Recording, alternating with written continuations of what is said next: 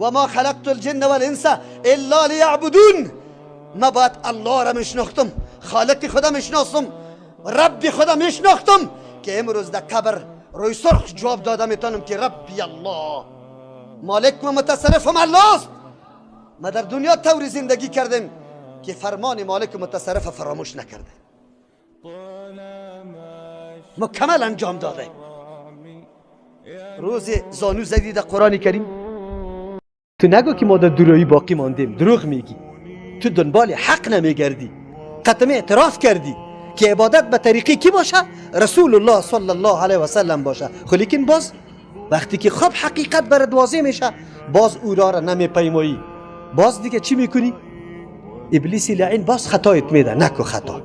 یوم ایزین تعرضون لا تخفا منکم خافیه، هیچ چیز باقی نمیمانه در پیش از او رفتنیستی. تفکر که برادر مسلمانم، تا کی در خواب غفلت، تا کی عدم درک حقیقت، تا کی ما زندگی و هدفش نشناسیم.